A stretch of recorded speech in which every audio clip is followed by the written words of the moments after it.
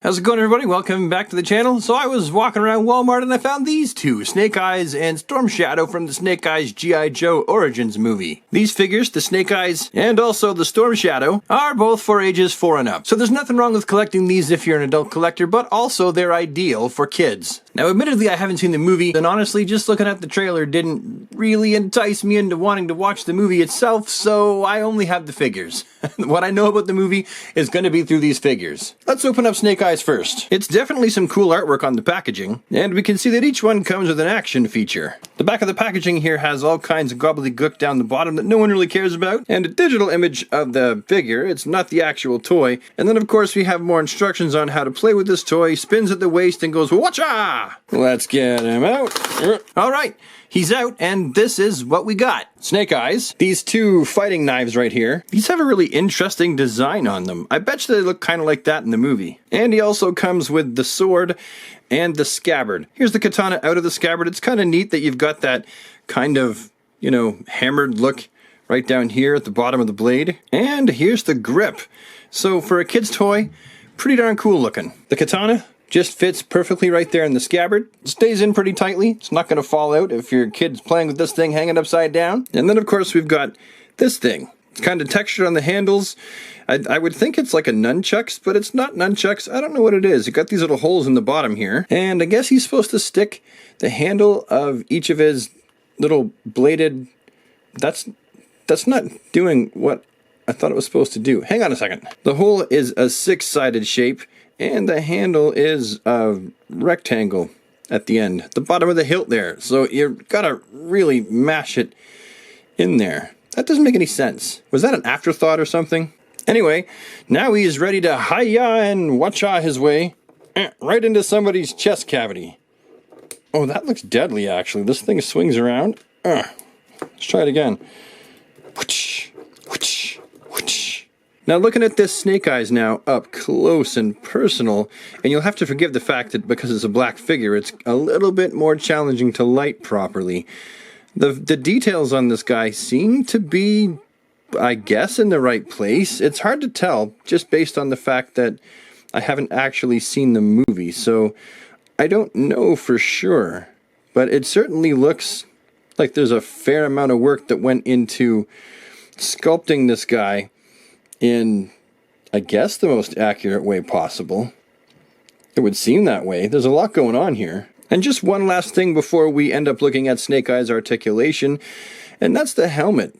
It's, again, not my favorite appearance for the visor. Not my favorite look for it, but it definitely looks like it matches the rest of the suit overall. This looks more like a futuristic take on Snake Eyes rather than anything that is really trying to resemble the classic. However, you definitely can see aspects of the classic look of Snake Eyes all over this guy. I mean, if nobody told me that this was supposed to be Snake Eyes, I would still know exactly who this is supposed to be. As for his articulation, though, he's actually got a fair bit for a child's toy.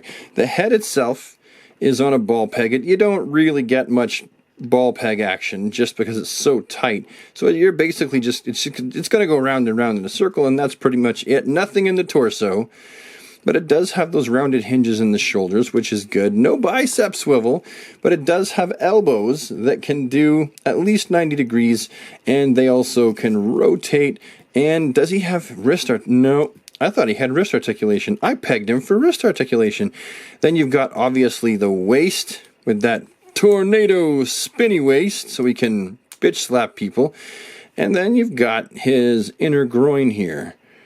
And it's a ball joint, which seems to be becoming the standard for most figures. And then the knees, which are single jointed. That could be better, but it's okay. Remember, it's a kid's toy, and it also rotates around like that, and nothing in the ankle. This is actually, I would think, for someone like one of my kids to play with. Remember, 4 and up.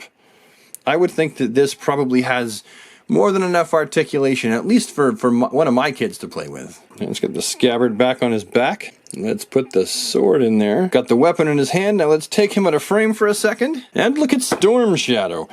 A figure where the packaging is pretty much the same.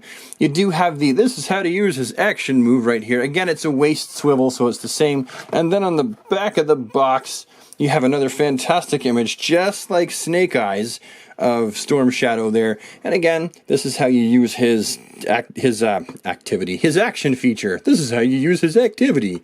Get out the PGA glue and get out the paper, and we're gonna glue some cotton balls on a pie plate. So let's yoink him out of the package.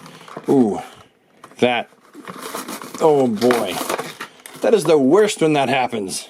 And then now we have Storm Shadow out of the packaging. A fine looking figure indeed. I'm getting kind of a Star Wars Snow Trooper feel out of this guy. Am I the only one? No, not really, maybe. I don't know. Anywho, so he comes with, whoopsies. Where did it go? What the? Oh, there it is.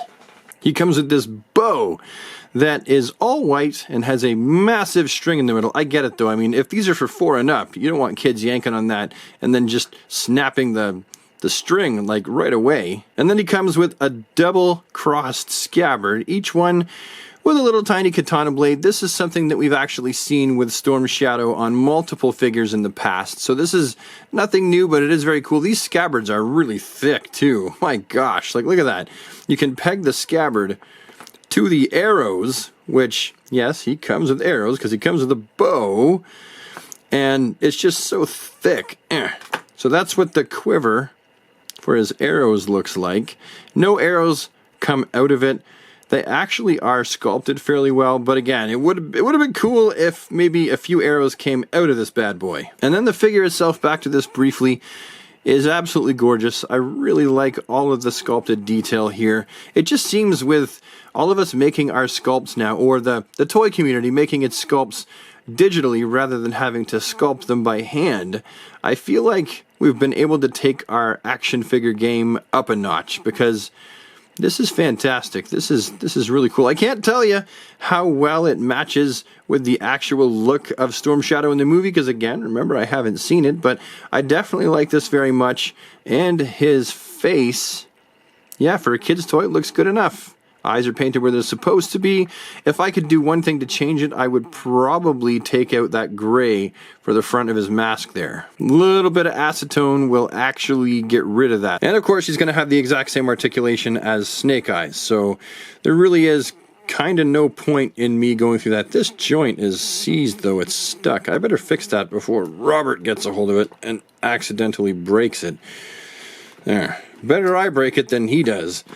And the waist action like that, of course. Now, when you put, let's go back to this waist action just for a second here. You put the swords in his hands. That's sword number 1. And then we'll put the second sword in his hand. That's sword number 2. The waist action here, it makes sense, right?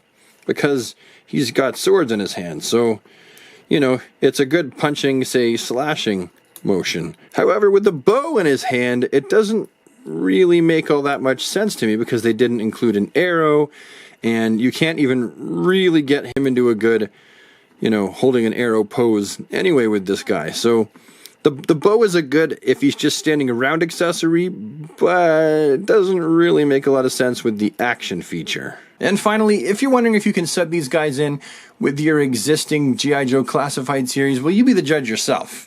I feel like they're not quite big enough as far as girth goes, I guess, but you really could in a pinch. Like if you never got your hands on the Storm Shadow figure, you may be able to sub this one in your display and kind of fudge it. Personally though, I would just wait for the 6-inch scale movie figures to come out that are targeted more at adult collectors. That Storm Shadow is fire! Anyway, those are my thoughts, observations, and opinions.